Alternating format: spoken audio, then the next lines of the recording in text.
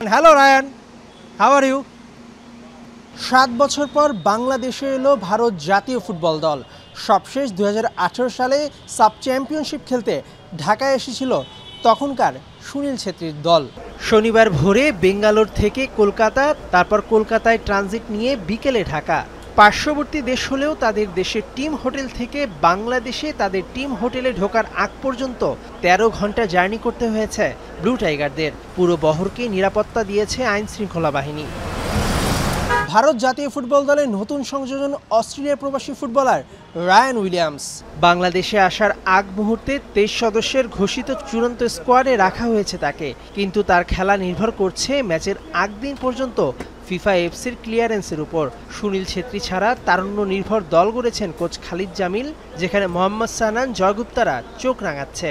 রবিবার উত্তরার এপিবিএন মাঠে অনুসরণ করবে ভারত জাতীয় ফুটবল দল। বাংলাদেশ যেমন নেপালের বিপক্ষে 2-2 গোলে ড্র করেছে, ভারত কিন্তু একই দিন ভুটানের সঙ্গে প্রীতি ম্যাচে 6-1 গোলে জিতেছে।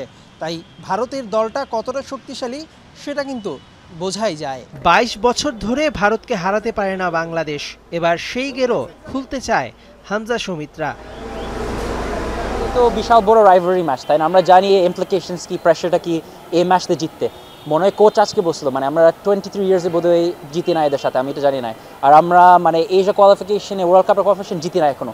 সো মোটিভেশনটা কোনো বানাইতে হবে না এই ম্যাচের জন্য। সবাই জানে এই ম্যাচ কি, মানে ইভেন আমি কখন ফার্স্ট সাইন আপ করছি বাংলাদেশের জন্য খেলতে, মনে আছে ফার্স্ট জিনিস যে এক হোটেলে কখন আসি কেউ বসে ইন্ডিয়ান ম্যাচের জন্য রেডি থাকতো। ফিফা র্যাঙ্কিংয়ে বাংলাদেশ 183, ভারত 136তম। 47 ধাপের দূরত্বটা ঘোচাতে পারবে তো নতুন বাংলাদেশ? মেহেদি নাইম, যমুনা স্পোর্টস, ঢাকা।